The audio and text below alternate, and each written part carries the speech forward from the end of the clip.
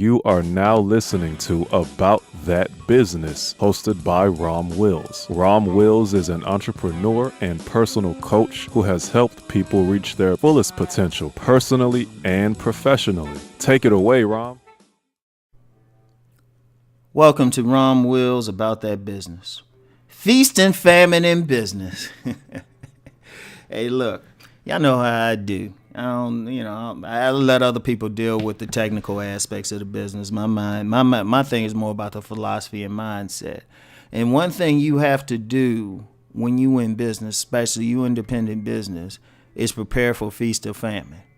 You know, even in cases where you might have, like maybe a retail shop or even a restaurant or something like that, because depending on where you're located, it's going to be months, weeks where you're making a lot of money, and then there's going to be months, weeks where you're making very little money. For example, if you're like, say you have like a shop selling t-shirts. I haven't used a t-shirt example in a while, right? You got all these t-shirts, right? I'm going to tell you what, ironically, even if they're t-shirts, there's only certain times a year that they're going to sell. One, because t-shirts are oversaturated in the market, and I probably shouldn't use that example, but we're going to keep going with it, right? There's going to be certain times, like in retail period, where you're going to make more money, right? You're going to make more money during the Christmas period, which starts in roughly September. Yeah, I know, huh? They were trying to get it to start in July, but I think people were like balking too much. They were like, okay, look, we still on vacation. I don't want to see a Christmas tree up.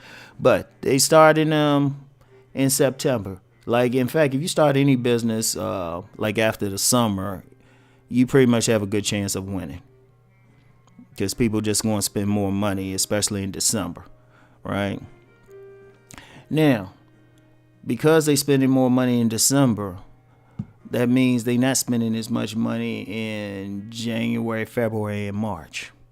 In fact, usually for spring stuff, they actually start selling it in December in retail for that reason, right? So you're not making as much.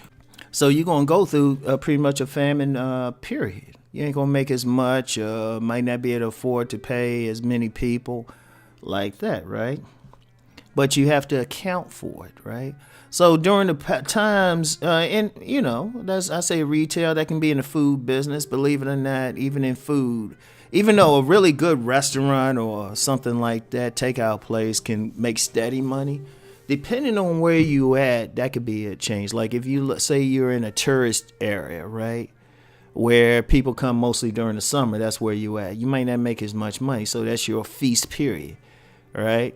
And then, say it's on a beach or something, right? Beach resort. Then during the summer, right? During the summer you're making some money. During the winter you're not making as much. That's your famine period, right? And that's definitely the case if you're providing services and stuff, right? Like if you fix air conditioners, right? Air conditioning repair, obviously you're gonna get more work during the summer, right? Now here's the thing with the feast and famine.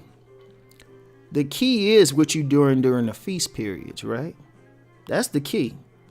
Right? During the feast periods, that's when you should be saving up the money, and you should be reinvesting the money all throughout the year, but that's when you save the most money. When you get that heavy amount of money, you don't just run out and buy something unless it's strictly business related. You sit back and it's like, oh, I got this extra money, right? Let me put it away. You always gonna put money away. That's why you want to have a savings just to keep basic bills paid. Right? You want to have something where, like, you always want to have at the least 3 months rent. 3 months rent or mortgage, whatever you want to call it. Like, and I would add to that, like, any basic bills that you have to stay paid. Like these days, pretty much your mortgage, car, food you can goofy do. You might have to go through some periods where you quote unquote dieting more, right? Yeah, but you can goofy do that, as my grandmother would say. But during you keep the basics. That's why you always want to keep the basics. But then when you get a surplus, that's especially you keep that same discipline. That surplus you put away too. because ideally you have the basics covered plus a surplus for when something go wrong. I'll give you an example, right? On this very channel, it was demonetized for a month. I don't know if y'all noticed. It was during November. They still didn't give me a good explanation. I didn't have any strikes on it or anything. And the customer service seemingly couldn't tell me something. I really don't know, right? It was some bull, but they didn't really give me a chance. And I just said, whatever. But, that was all of a sudden out of the blue and everything. And yeah, you can fight it to death, but then even fighting it, it could be an issue. Or I tell you another thing, like on my I sell books and ebooks through Amazon, right, to get the royalty from it. And there was a payment. I was checking my upcoming payments. I was like, oh wait, whoa. I was looking at the records because they show you what you made every month, but I wasn't getting a payment, so I had to hit them up. Now they were about a week late with the payment, right? A week late, and they apologized to me and they explained what happened, because apparently it happened with quite a few people, right? But what if, and I thought about it, right? What if I needed that money to pay my rent, right? Or a car note or something like that, and they're late. But see, that's why during the feast periods you have a surplus, because you never know what can happen. Now, when this channel was briefly demonetized, I mean, I don't make that much. It's the play money anyway, but still. What if I had counted on? What if it was one of my more major channels, all right? Then, even while you fighting with them and stuff, you still got bills to pay. Like, you can't call up your renters or your mortgage company or something and be like, hey, I'm having trouble. These people owe me some money, but they haven't given it. They not trying to hear that. They not trying to hear that. The only time you could probably get away if you renting from a private renter, like a private landlord or something, and you had a good relationship with them and they know you good for it. But in most cases, you get corporate and they ain't. But my point is, even though I was just talking about the Amazon payment. Even though they were late, it was like more of an inconvenience because I didn't have the money earmarked for anything. And just as an aside, I always fight for every penny. In fact, I'm going to talk about that in my next one. Wait, hold on for a second. I got to write that down. Yeah, I mean, you fight for any penny because it's not so much that I needed it, but it's the principle. And I'm going to talk more about that in my next podcast.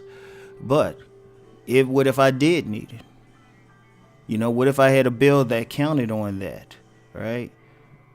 Having with the feast mentality of saving your surplus, it would have been covered. And you got to have that. You always got to have that, especially you self-employed, especially if you're not in something that, well, nothing guarantees you anything. You can have a retail shop and, one anchor store, like if you're at a mall or something, an anchor store go out of business, and all of a sudden your traffic drops greatly. But see, you need to cover that. You need to cover unusual things coming up. You might be the type using, say you use a Mac for videos or something. You're on YouTube or something, and that Mac like goes down. You need that surplus to fix it real quick, all right? Or if I need a new mic. Like if anything happens, anything I have, I can like get it fixed. But that's what the surplus is for. So then when you do get the famine periods, and that's going to happen, and it might not even be that much of a famine. It might not be major. Like if say you make $6,000 a month average, right? Just to throw out a number. But then one month you dip down to $4,000, but yet you're able to live off of $3,000. You're still good, but still, you still want to save that extra, right? You still want to save that extra, right? So feast and famine in business, take advantage of those feast periods. Don't be a glutton. Don't be a glutton. You got some extra, what? It's just like you got a lot of food on the table. Get that Tupperware out, put it away for the next day or something. Stretch that joint out. So anyway, that's all I got for you. Let's go make that money.